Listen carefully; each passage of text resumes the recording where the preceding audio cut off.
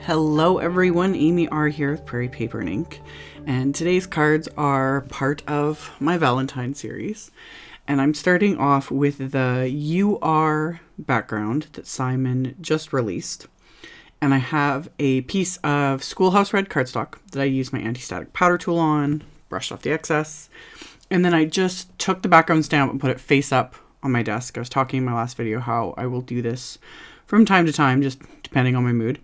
So I inked up the stamp with Simon's clear ink, and I just bring the cardstock over and then just rub my hands on the back of the cardstock to transfer the stamped image onto the cardstock. And then I am going to coat all of this with Simon's Detail White embossing powder. Once I've got all of this coated, I will melt this with my heat tool. And then I have one background that I'm going to turn into two cards. So I'm going to keep everything pretty simple. I was in a red, very classic Valentine sort of mood, you know, red, black, white sort of a thing. So I melted everything with my heat tool, and then I am going to first die cut this background with the largest of the Simon Says Stamp basic rectangles wafer dies, which the largest one is A2 size, so 4 1/4 by 5 1/2, which makes it perfect for like cutting, you know, pattern paper, backgrounds, etc. if you want them to cover the entire base of your card. So I die cut that first, and then I'm lining up one of the nested heart wafer dies, making sure I've got this centered, placed properly. I taped it down with washi tape, ran it through my die cut machine. So now I have basically the frame and then the heart. So I'm going to use each one on a different card. And then to bring back some nostalgia, I pulled out, this is the KRISTINA'S Love stamp set and coordinating wafer dies that Simon released forever ago. Again, I have to check the actual packaging to see when this was released.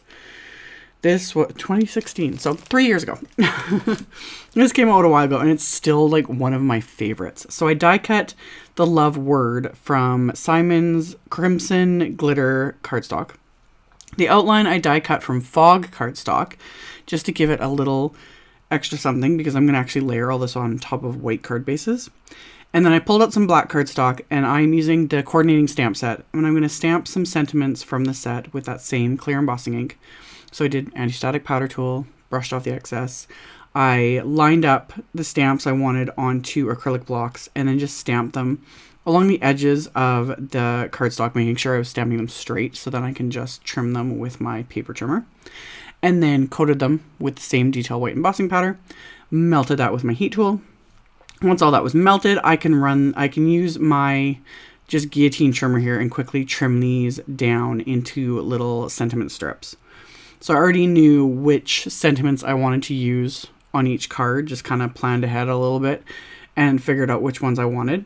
So even though, again, these are part of my Valentine series, they're Valentine cards, I kind of made them a little more open-ended in that the sentiments I use on the outside and then the sentiments I'm going to use on the insides of the cards, it makes these more for friendship or thank you, you know, just sending love rather than specifically Happy Valentine's Day. Because like I mentioned in one of my other Valentine's videos, I really like doing this series. I like making all these cards, but most of them I don't do specifically for Valentine's Day because, one, I don't need that many Valentine's cards. And two, I just like using that theme, the hearts, the red, the love, all that, but making them that so they can be any occasion, really, or for anyone sort of a thing. So for the insides of my cards, I have masked off what will be the inside top part of the card.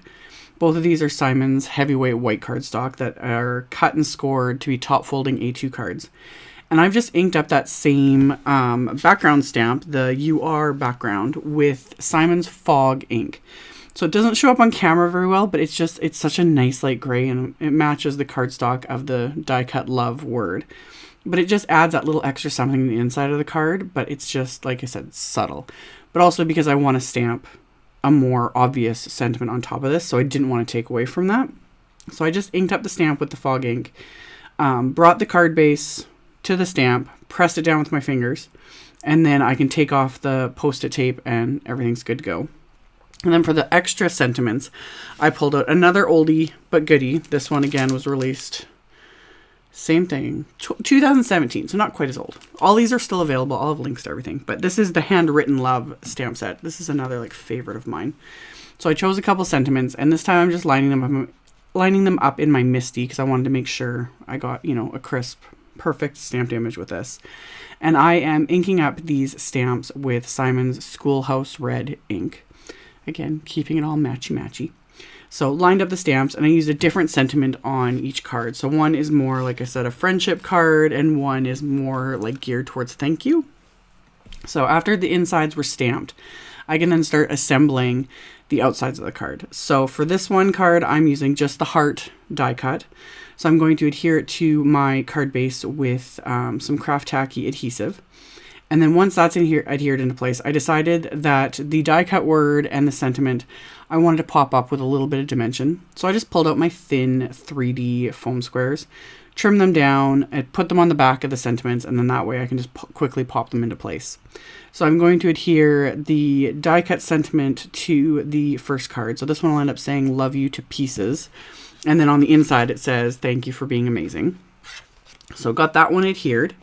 And then for the first card, technically first, second, same thing, I'm using the frame. That's why I made sure to line up that die cut heart like before I die cut it, perfectly centered so that I could still use this frame and not waste it.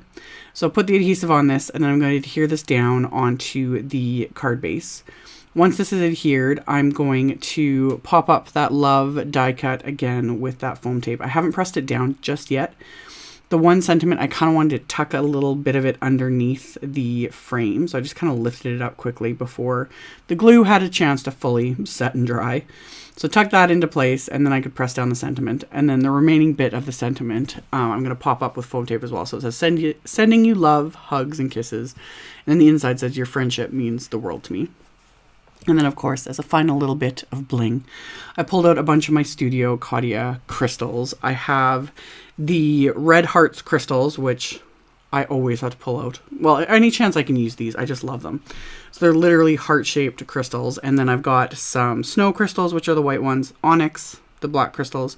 And I have gray clouds crystals as well that are a very good match to Simon's Fog cardstock. I love when everything just comes together and is all matchy-matchy. It just makes me happy. Anyway, laid them all out onto both of these cards. Once I was happy with that, I'm just picking them up with my jewel picker and then adhering them into place with bits of Kraft Tacky adhesive and then pressing them in.